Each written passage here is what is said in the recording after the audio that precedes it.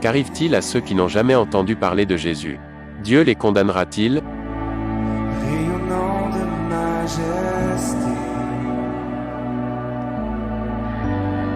Toute personne est responsable devant Dieu, qu'elle ait entendu parler de Jésus ou non. La Bible nous dit que Dieu s'est clairement révélé dans la nature et dans le cœur de l'homme. Le problème est que nous avons tous rejeté cette connaissance de Dieu, et nous sommes rebellés contre lui.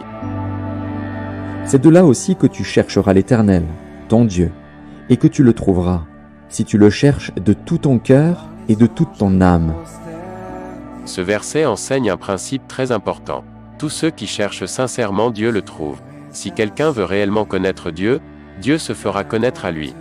Les gens rejettent la connaissance de Dieu, qui est dans la nature et dans leur cœur, et décident plutôt d'adorer un Dieu qu'ils se créent eux-mêmes. Il est donc insensé de remettre en cause la justice de Dieu, s'il décide d'envoyer en enfer quelqu'un qui n'a jamais eu l'occasion d'entendre l'évangile de Christ. À toi, ô Dieu.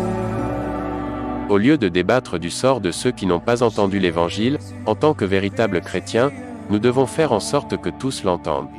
Nous sommes appelés à répandre l'évangile dans toutes les nations.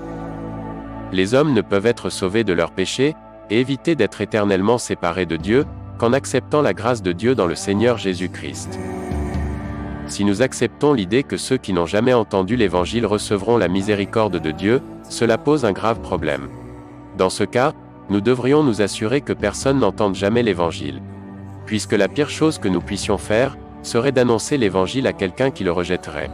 Si cela arrivait, la personne serait condamnée. Par l'éclat de ta beauté.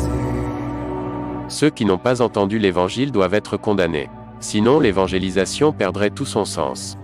Pourquoi courir le risque que quelqu'un rejette l'Évangile, se condamnant ainsi lui-même, alors qu'il était auparavant sauvé parce qu'il ignorait le message du salut? J'ai